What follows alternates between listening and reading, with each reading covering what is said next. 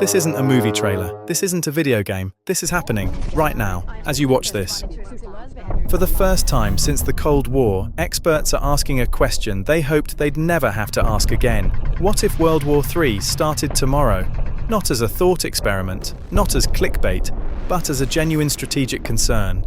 Because the ingredients are all here, the crises are converging, and the off-ramps are disappearing.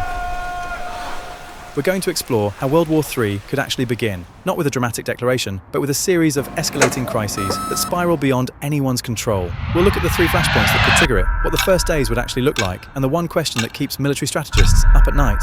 On February 28, 2026, the United States and Israel launched coordinated strikes on Iran. The stated goal: prevent Iran from obtaining a nuclear weapon and, according to President Trump, achieve regime change. Within hours, Iran's supreme leader was dead. Within days, the region was on fire. Iran's response was immediate and devastating. Over 550 ballistic missiles, more than 1,000 drones, strikes on US embassies across the Gulf, and then they closed the Strait of Hormuz, the narrow choke point through which 20% of the world's oil flows. In one move, they turned a regional conflict into a global economic crisis. This isn't hypothetical, this is happening as I record this video, and it demonstrates the first rule of modern warfare. Regional conflicts don't stay regional anymore. While the world watches the Middle East, a quieter war has been raging across Europe, and not only in Europe. In 2025, Russian sabotage operations quadrupled, undersea cables cut, power grids attacked, politicians targeted, drones violating NATO airspace. This is what experts call hybrid warfare, attacks designed to stay just below the threshold of a military response, death by 1,000 cuts. Mr. Kim is special mention here. He is already planning something against the whole world, I think. The Russia-Ukraine war is now in its 5th year. Russia's conventional forces are depleted. Its economy is strained, and military analysts warn that a declining power is often more dangerous than a rising one. Putin has explicitly threatened unprecedented escalation if NATO intervenes in Kaliningrad. The question isn't whether Russia will escalate, it's how far. Russia's military doctrine includes something called escalate to de-escalate, using limited nuclear weapons to force an opponent to back down. It sounds insane, but it's official policy, and for the first time since 1945, analysts believe that policy might actually be tested. In December 2025, China conducted its largest military exercise since 1996. They called it Justice Mission 2025. For 3 days, Chinese warships completely surrounded Taiwan, practicing a full blockade. Every port, every shipping lane, total encirclement. It wasn't an invasion, it was a rehearsal. 65% of global security experts now believe China will attempt to retake Taiwan by force within the next decade. The Taiwan Strait is only 90 miles wide, shorter than the D-Day crossing, and Taiwan produces 90% of the world's most advanced semiconductors. This isn't just about territory, it's about who controls the technology that powers everything from your phone to your car to military weapons systems. Here's what keeps Pentagon planners awake at night. In most wargame simulations of a Taiwan conflict, the United States loses. Not always decisively, but often enough to make victory uncertain. And uncertainty is where wars spiral out of control. Here's what makes 2026 different from any other moment in history. These 3 flashpoints aren't isolated, they're connected. Russia provides weapons to Iran. China supports Russia economically. North Korea sends troops to Ukraine and receives nuclear technology in return. When one flashpoint ignites, it doesn't burn alone. It sets fire to the entire web. Right now, at this exact moment, US forces are engaged in the Middle East while simultaneously monitoring Russian provocations in Europe and Chinese exercises near Taiwan. The military calls this strategic overstretch. The rest of us call it a nightmare scenario. So what would the first day of World War III actually look like? Not for generals, for you.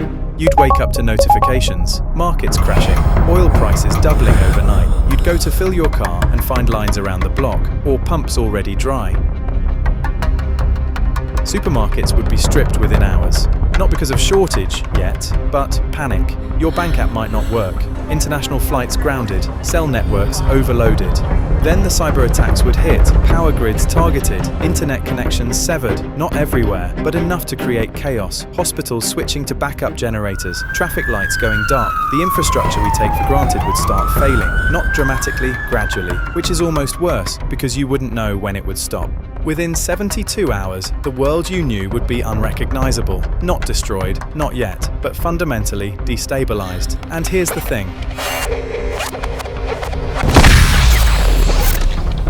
This isn't science fiction. This is what analysts at the Council on Foreign Relations, the Atlantic Council, and the Pentagon actively plan for. The question everyone asks but nobody wants to answer: would anyone actually use nuclear weapons? Ready for launch. All systems are armed and ready for launch. And for Launch Control Center, all systems ready to go. The honest answer is, we don't know, but we know more than we used to about when they might. Russia's official military doctrine includes the use of limited nuclear weapons, tactical nukes smaller than Hiroshima, as a way to shock an opponent into backing down. It's called escalate to de-escalate. The logic is insane, but it's real. The assumption has always been that nuclear weapons are unusable, that their very existence prevents their use. But that assumption is being tested. The Bulletin of Atomic Scientists moved the doomsday clock to 89 seconds to midnight, the closest it's ever been. And for the first time, the UN's disarmament chief has publicly warned that the risk of nuclear weapons being used is higher than at any point since Hiroshima. History is full of moments when nuclear war almost happened by accident. In 1983, a Soviet officer named Stanislav Petrov received an alert that 5 American missiles were incoming. His training said to report it immediately, which would have triggered retaliatory launch. Instead, he trusted his gut that it was a false alarm. It was a satellite malfunction. One man's decision saved the world. Today's weapons are faster, decision windows are shorter. Hypersonic missiles give leaders minutes, not hours, to decide whether an incoming object is real, whether to retaliate, whether to escalate. In the fog of war, with communications disrupted and information incomplete, the chance of miscalculation isn't zero, it's terrifyingly high. This isn't alarmism, it's the consensus of every major security institution on the planet. In October 1962, the United States and Soviet Union came closer to nuclear war than at any point in history. Soviet ships carrying missiles were sailing toward Cuba. American warships were ordered to stop them. The world held its breath. And then, at the last possible moment, the ships turned around, not because both sides realized that winning wasn't worth ending civilization. That moment of sanity, that choice to step back from the brink, saved the world. The question is whether today's leaders have the same wisdom. De-escalation doesn't look dramatic. It looks like secret phone calls, back-channel negotiations, intermediaries passing messages between enemies who can't talk directly. Right now, as strikes continue in Iran, Qatar and Oman are shuttling messages between Tehran and Washington. It's fragile, it's uncertain, but it exists. World War III isn't inevitable, but preventing it requires something that's in short supply right now. Leaders willing to accept outcomes that aren't total victory, compromises that feel unsatisfying, deals that leave everyone unhappy. Peace is rarely triumphant. It's usually just the least bad option that everyone can live with. And it requires something else, attention, public attention, because leaders make different choices when they know the world is watching, when they know voters understand the stakes, when they can't hide behind abstractions and slogans.